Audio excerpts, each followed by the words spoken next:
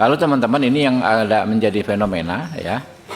Kami melihat adanya perlawanan, mungkin saja dari aparat penegak hukum kotor yang tidak merasa nyaman dengan aktivitas kami mendengar aspirasi rakyat dan menggelar RDPU. Hari ini ada sekelompok orang yang melakukan demo di sana. Saya nggak tahu apakah digerakkan oleh Kajari Karo atau tidak ya. Tapi kita akan cek ya. Lalu ada narasi yang dibangun oleh kejaksaan di sana ya, oleh Kajari Karo ya, yang memang sesat. Di antaranya terkait penangguhan penahanan. Penangguhan penahanan itu kan permohonan dari Komisi 3 ya, permohonan bahasanya, yang dikabulkan oleh hakim, produk pengadilan, dikabulkan oleh pengadilan. Seharusnya ketika dikabulkan si Amsal ini nggak kembali ke LP lagi, harusnya saat itu langsung dibebaskan. Tetapi saudara kami Pak Hinca Panjaitan harus menunggu beberapa jam, menunggu si jaksa dari Kejaksaan Negeri Karo ini datang untuk menandatangani berkas. Dan mereka membuat propaganda seolah-olah kita menyalahi prosedur, padahal mereka lah yang terlalu jauh melampaui prosedur secara substantif. Kami akan panggil Kajari Karo beserta para JPU-nya besok. Berikut kami juga akan mengundang Komisi Kejaksaan untuk melakukan evaluasi terhadap yang seperti ini. Kami sangat kecewa dengan jajaran Kajari Karo yang sikapnya bertolak belakang 180 derajat dengan pimpinan kejaksaan. Ini nggak ada ini. Iya. Siapa yang nulis? Itu saya yang menulis. Tanggung jawaban apa? Anda datang aja enggak kok. Demi keadilan dan kebenaran berdasarkan ketuhanan yang Maha Esa. Wakil Jaksa Agung Muda bidang tindak pidana khusus, bidang intelijen, bidang pengawasan, Kejaksaan Tinggi Sumatera Utara. Ini sudah kejahatan. Secara institusi membawa nama Tuhan pun dibawa. Apakah benar Bupati Karo memberi bantuan mobil kepada Kejaksaan Negeri Tanah Karo? Apakah gara-gara ini hanya pelaku kreatif yang kalian kejar-kejar cari kesalahannya? Penyelenggara negaranya? Tidak. Selain tadi pikiran-pikiran itu, kami punya kecepatan yang luar biasa. Karena keadilan tidak boleh tertunda. Nah, setelah saya tunggu tadi sudah dijelaskan, rutannya menelepon Kajarinya, menelepon JPU-nya, oke, akan datang dan seterusnya. Saya tunggu sampai sekian jam. Saya anggap sudah waktunya, karena sudah tiba waktunya harus keluar. Mengapa harus keluar? Selain penetapan, saudara Amsal ini harus kembali dulu ke orang tuanya di Kabanjahe untuk besok ikut putusan. Begitu. Lalu saya hubungi sahabat-sahabat saya, Ibu Mia, Ibu Desi, tolong datang ke rutan. Saya nanti terima ini, kalian yang bawa, kawal ya. Ada lagi satu Verdi, sampai ke sana. Nah, waktu mau ngantar itu, saya teleponlah Purba ini. Saudara di mana? Kami lagi di pengadilan, Bang. Oke. Bagaimana ini? Karena sudah sekian jam.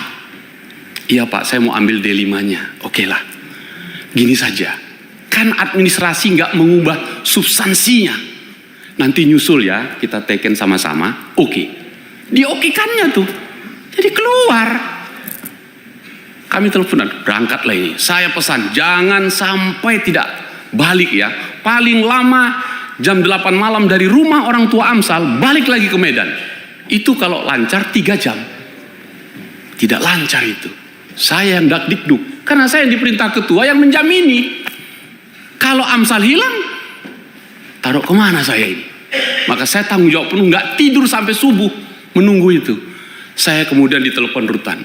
Bang, ini JPU-nya sudah datang, bikin surat itu. Nggak ada itu NBNB tulis tangan itu. Nggak ada itu. Siapa yang nulis tangan coba? Tolong dijawab.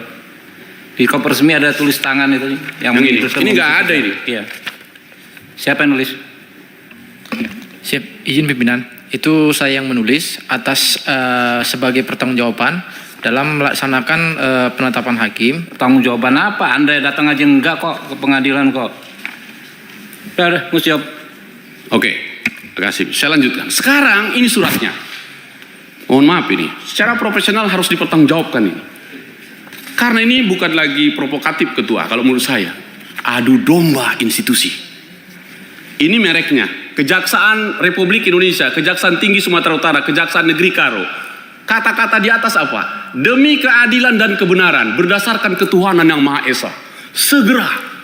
Kepada siapa ditujukan? Inspektorat Jenderal Kementerian Imigrasi dan Pemasyarakatan. Kepada siapa ditembuskan? Jaksa Agung, Wakil Jaksa Agung, Jaksa Agung Muda bidang tindak pidana khusus, bidang intelijen, bidang pengawasan, Kejaksaan Tinggi Sumatera Utara, dan seterusnya sampai ke bawah. Anda mengadu domba institusi ini, padahal substansinya salah, bukan pengalihan. Anda bilang pengalihan, ini penangguhan, saya pelakunya. Karena itu pimpinan, minta maaf Pak Kajati, kita terima. Tapi kejahatan ini harus diproses menurut hukum pidana. Karena telah mengorbankan kita semua. Lembaga ini, saya pegang lembaga itu, amanah itu. Saya harus perjuangkan itu. Dan saya jalankan. Itulah justice delay, justice deny. 1 detik pun Anda tidak mengeksekusi itu tidak adil. Itu soalnya. Tentu orang bilang, udahlah Bang Hinca, kan besoknya putusan. Untuk apa dia pulang? Tunggu. Bagi masyarakat Karo, kalau dia sudah dibebaskan, ia wajib mencium tangan bapak dan ibunya, istrinya, anak-anaknya kalau ada. Karena itu saya mengerti budaya Karo.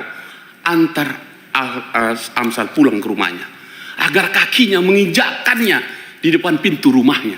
Karena dia mendapatkan keadilan hari itu. Lalu diupah-upah. Dan malam itu saya tanya, ini minta maaf lagi Ketua, saya jelaskan lagi. Saya perintahkan kepada mereka, kalau jaksanya belum juga datang, mampir kalian ke Kejaksaan Negeri Karo supaya ditandatangani di situ. Kau yang bawa itu Amsal. Apa yang dipesankan? Tunggu ya Bang, kami akan datang. Oke? Begitu datang, nggak datang sampai besok paginya tidak pernah muncul lagi di telepon pun tidak bisa. Sudah, saya tanya, sudah tiba kalian? Sudah Bang. Kajari nggak datang? Nggak ada. Jaksanya nggak ada. Rutannya sudah taken? Sudah. Oke, sampai di rumah diupah-upah. Jam berapa kalian pulang? Saya minta jam 1 paling lama dari Takaban Jahit harus turun ke Medan. Karena saya yang tanggung jawab. Kalau Anda nggak datang, kalau Amsal tidak datang hari itu, di mana tanggung jawab sebagai orang yang memohon atau yang memberi jaminan itu? Nah, oleh karena itu, apa yang disampaikan ini berakibat fatal. Sampai Kapus Penkum pun memberi statement yang harusnya Kepala Pusat Penerangan tentang Hukum menjadi penyesatan hukum karena salah dari teman-teman semua. Penangguhan kok dibilang pengalihan. Jadi apa yang terjadi? Bukan soal LSM lagi nih Pak Enam. Ini sudah kejahatan secara institusi, membawa nama Tuhan pun dibawa. Jadi karena itu lewat pimpinan saya minta Kajati selepas ini gunakan kewenangan, bersihkan ini semua. Harus begitu. Saudara Komjak, turunlah, segeralah. Karena ini tadi sebuah teman-teman sudah memberitahu ini. Karena itulah saya selalu mengatakan, justice delay, justice deny. Keadilan yang tertunda 1 detik pun adalah kejahatan yang sempurna. Lewat pimpinan saya minta Komjak turun ke rutan Tanjung Gusta untuk meluruskan ini. Berapa banyak tahanan di sana yang dilakukan sesuai KUHAP atau tidak? Dan jika tidak, saya atas nama mengizinkan memohon kepada teman-teman, kita tangguhkan itu semua demi keadilan ini. Karena nggak fair juga kalau cuman Amsal. Waktu saya kemarin ke sana, banyak yang ngantri minta ketemu. Bukan Amsal saja Bang, saya juga. Saya tanya, tadi ini dianggap selesai itu brownies, bagi saya tidak. Enggak selesai. Enggak selesai itu Bang ya. Jadi brownies itu kalau Anda bilang itu bentuk humanis kejaksaan, bukan. Intimidasi yang paling buruk di dunia adalah intimidasi yang paling halus dengan memberi iming-iming roti. Apalagi tadi kau hina itu rutan, karena kami nggak makan di sini. Gila kalian.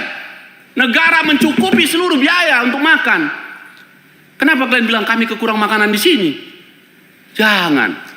Roti brownies itu kau beri hanya membujuk rayu dia supaya nggak ribut. Karena itu Komjak, Anda saya minta turun. Pak Kajati, sudahlah.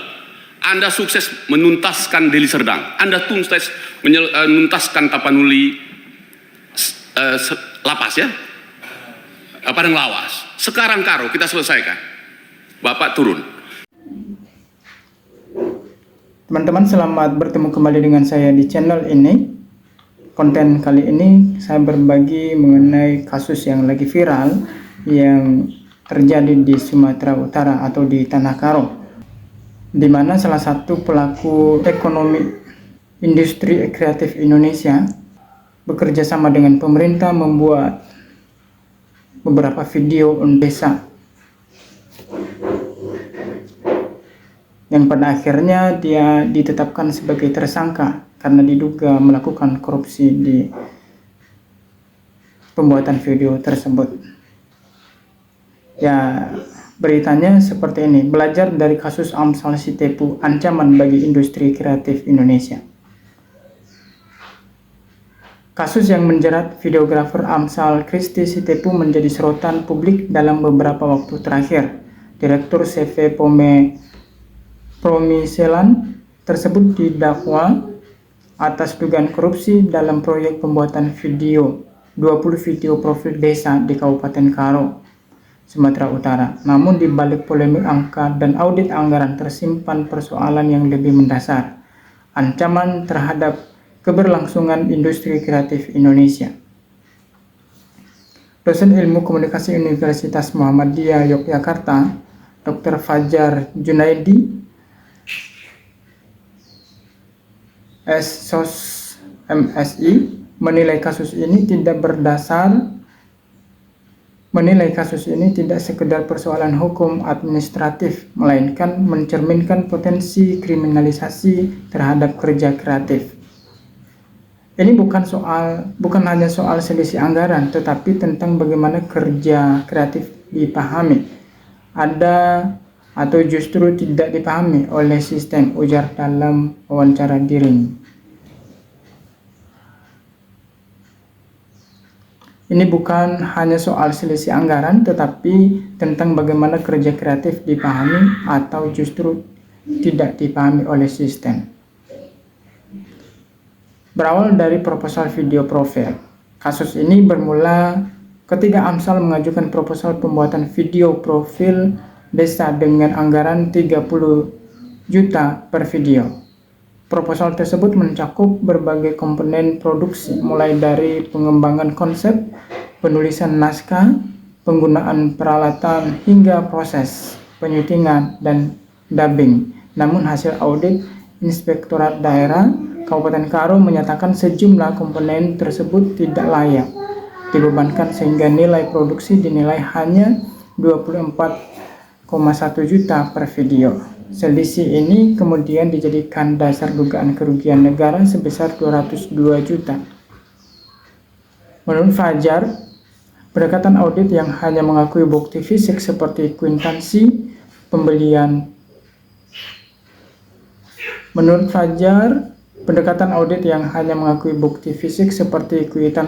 pembelian barang menjadi akar persoalan. Dalam kerja kreatif, nilai utama justru terletak pada ide, narasi, dan proses produksi yang tidak selalu dapat diukur secara material. Ketika hal itu diabaikan, yang terjadi adalah pembunuhan atau perlahan terhadap industri kreatif, tegasnya. Dampak psikologis pelaku industri kreatif. Ia menambahkan bahwa kasus ini menimbulkan dampak psikologis yang signifikan di kalangan pelaku industri kreatif. Kasusnya sektor UMKM. Banyak videografer atau desainer dan kreator konten menjadi ragu untuk bekerja sama dengan instansi pemerintah, terutama dalam proyek yang menggunakan dana desa atau anggaran negara. Terjadi penurunan kepercayaan yang nyata. Pelaku kreatif khawatir perbedaan selisih harga dapat berujung pada kriminalisasi. Ini menciptakan rasa takut untuk berkolaborasi, jelasnya.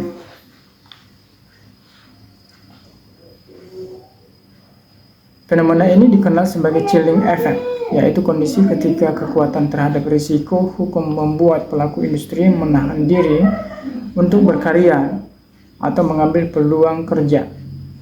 Jika dibiarkan, kondisi ini berpotensi menghambat pertumbuhan sektor ekonomi kreatif yang selama ini menjadi salah satu motor pergerakan ekonomi nasional. Meski demikian, muncul harapan setelah Amsal Sitepu dinyatakan bebas. Putusan tersebut dinilai sebagai momentum penting untuk memulihkan kepercayaan publik dan pelaku industri kreatif terhadap pemerintah. Fajar menerapkan kepentingan reformasi kebijakan dalam pengelolaan jasa kreatif. Ia mendorong pemerintah untuk merevisi standar harga satuan atau SHS. Harga lebih mengakomodasi nilai kerja intelektual. Selain itu, ia menyarankan agar prosesi audit melihat asosiasi profesi seperti komunitas videografer guna menghasilkan penilaian yang lebih objektif dan adil. Pemerintah seharusnya mengedepankan penyelesaian administrasi atau perdata sebelum membawa kasus ke ranah pidana. Jangan sampai pelaku kreatif langsung kriminalisasi tanpa mempertimbangkan konteks pekerjaannya tambahnya. Pelajaran penting bagi kita semua pihak dalam kasus ini adalah ia menegaskan bahwa menggunakan dana desa untuk produksi konten kreatif seperti video profil desa seharusnya dipandang sebagai investasi jangka panjang. Konten tersebut dapat menjadi sarana promosi yang efektif dalam mengembangkan potensi pariwisata dan ekonomi lokal. Kasus Amsal Sitepu menurut Fajar harus menjadi pelajaran penting bagi semua pihak. Ia mengingatkan bahwa hukum tidak boleh hanya berpegang pada formalitas administrasi, tetapi juga harus mampu menghadirkan keadilan substansi yang menghargai kreativitas dan kerja manusia. Jika kreativitas terus dipandang sebelah mata, maka kita bukan hanya kehilangan satu pelaku kreatif, tetapi juga masa depan industri kreatif itu sendiri, pungkasnya.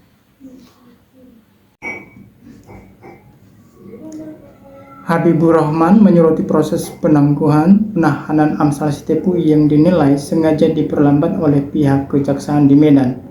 Ia menegaskan bahwa penangguhan tersebut adalah produk hukum pengadilan yang wajib segera dieksekusi tanpa drama administratif.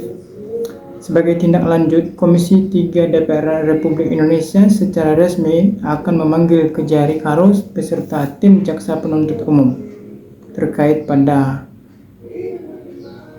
hari Kamis.